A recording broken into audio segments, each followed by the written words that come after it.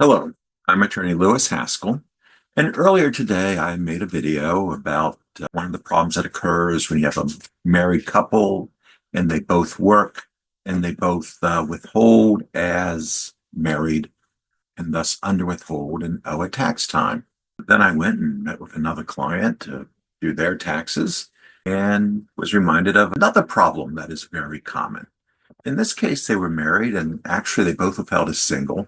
So at least for their main jobs, everything was fine. The problem is one of them had a part-time job, just a second job. And the withholding on second jobs is always wrong.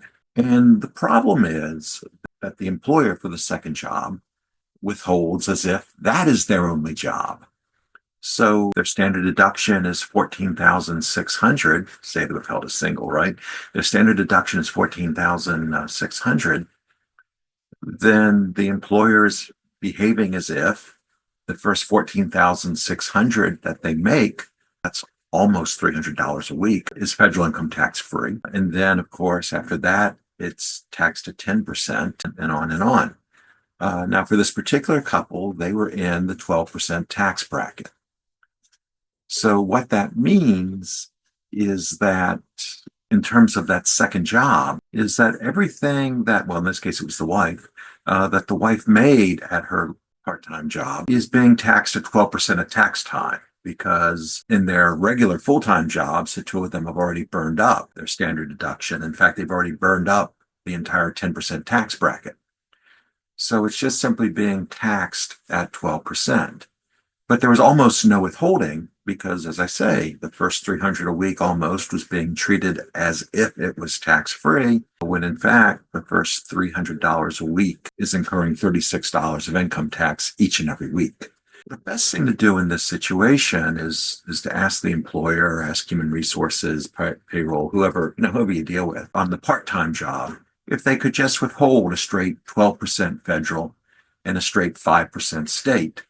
And then at tax time, the part-time job creates no issues. This way, if they take a straight 12% for federal and 5% for state, there are no problems at tax time. You've withheld all the money that the part-time job is generating in tax liability, unless the job just happens to take you into a higher tax bracket. And I want to be clear here because a lot of times when I explain to my clients how it is that that second job is causing problems with their refund and in fact causing them to owe. Sometimes they ask me, are you telling me to quit my second job? Or do you think I shouldn't work a second job? Or sometimes you just tell me then maybe I should quit or something like that. And that's not what I'm saying at all. You're still making money on the job. You're still keeping most of it for most people. In fact, for people who work two jobs, they're generally speaking keeping most of it.